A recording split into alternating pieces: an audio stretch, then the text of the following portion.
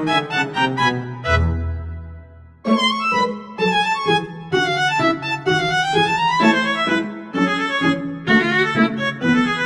with the fans. Pose with the pose with the pose with the fans. Pose with the pose with the pose with the fans. Pose with the fans. Pose with the fans.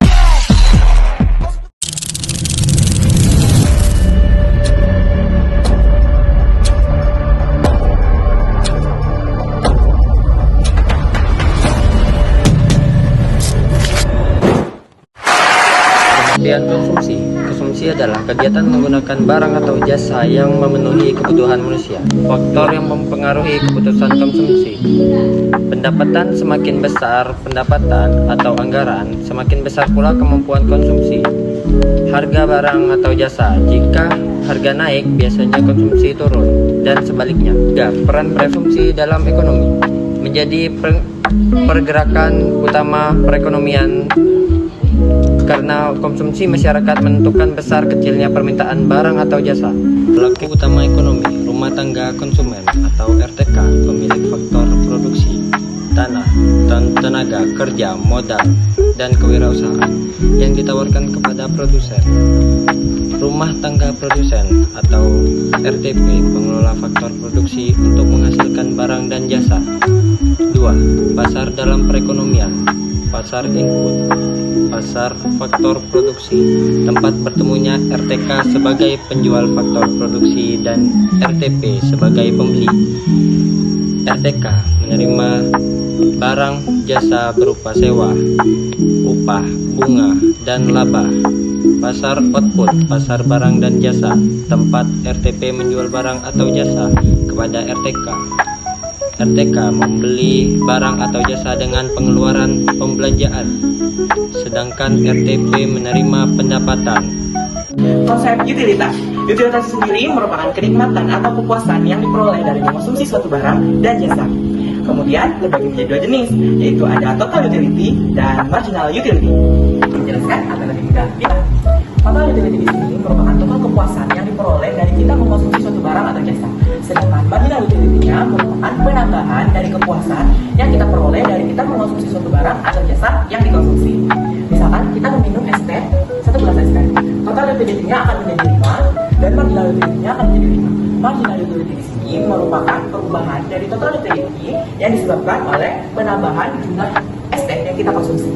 Kemudian saat kita mengonsumsi es teh di gelas kedua, marginal utility-nya atau kepuasan kita akan menurun menjadi 4. Kemudian total utility-nya akan menjadi 9 dikarenakan marginal utility-nya yang 4 ditambahkan dengan total awal dari utility tersebut merupakan 5. Begitupun seterusnya. Apabila marginal utility sudah mencapai 0, berarti total utility-nya sudah mencapai maksimum. Saat kita mengonsumsi gelas ke-6, berarti kita sudah mempunyai kepuasan saat kita mengonsumsi es teh tersebut. Baik, selanjutnya kita akan membahas materi kurva indifferent. Apa itu kurva indifferent?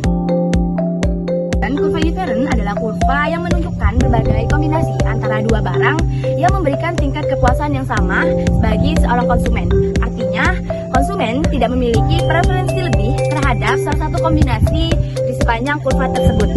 Konsep dasar kurva indifferent. Yang pertama, ada utilitas ordinal. Kurva ini didasarkan pada gagasan bahwa kepuasan tidak bisa diukur secara kuantitatif, hanya bisa dibandingkan secara relatif. 2. Trade-off. Untuk mendapatkan lebih banyak barang A, konsumen harus mengorbankan barang B agar tetap berada di tingkat kepuasan yang sama.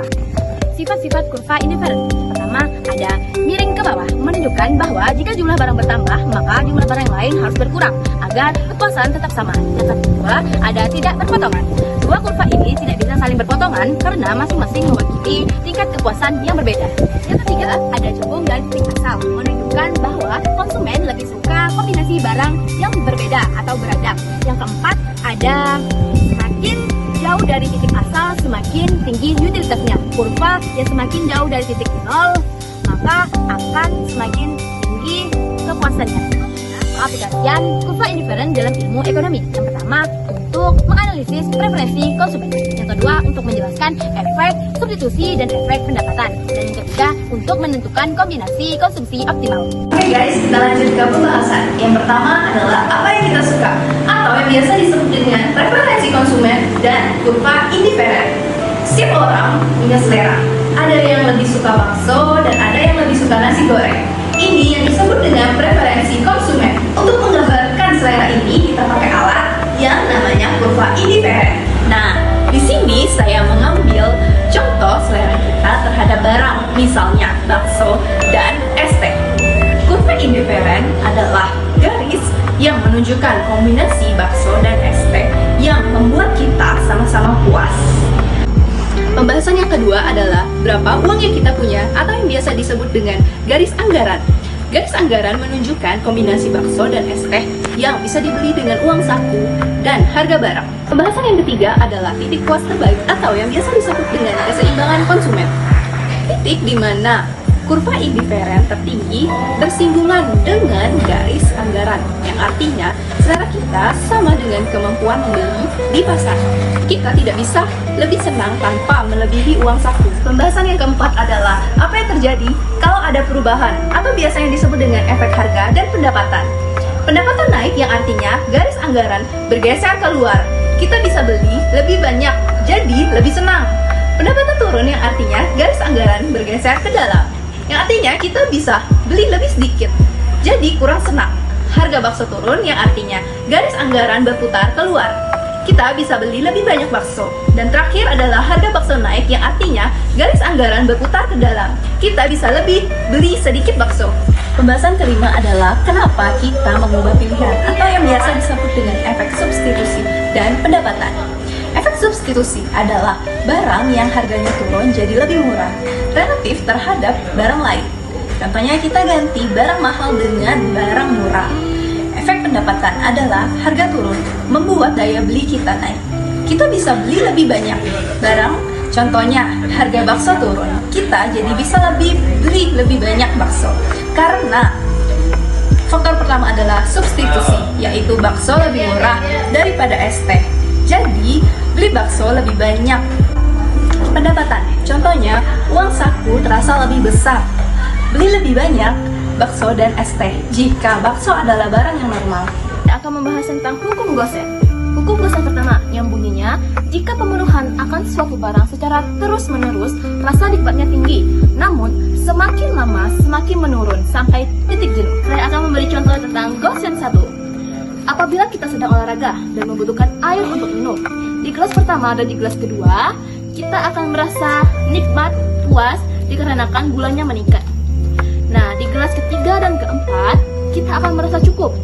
Di gelas kelima dan seterusnya, akan terasa tidak nikmat lagi dan mencapai titik jenuh. Nah, karena itulah, dari gelas pertama dan gelas kedua ke gelas kelima seterusnya, akan terasa tidak nikmat dikarenakan kita sudah kembung. Kita masuk ke Gosen kedua, yang bunyinya, konsumen akan melakukan konsumsi sedemikian rupa sehingga nilai guna marginal barang dan jasa akan sama. Nah, kita masuk ke Gosen 2. Di Gosen 2, jika kalian memiliki uang 20.000, apakah kalian habis untuk membeli makanan? Contohnya kita beli ayam, harganya 10.000. Nah, di 20.000 ini pasti ada kembali 10.000. Di kembali 10.000 ini kita akan membeli kebutuhan lainnya, contohnya buku,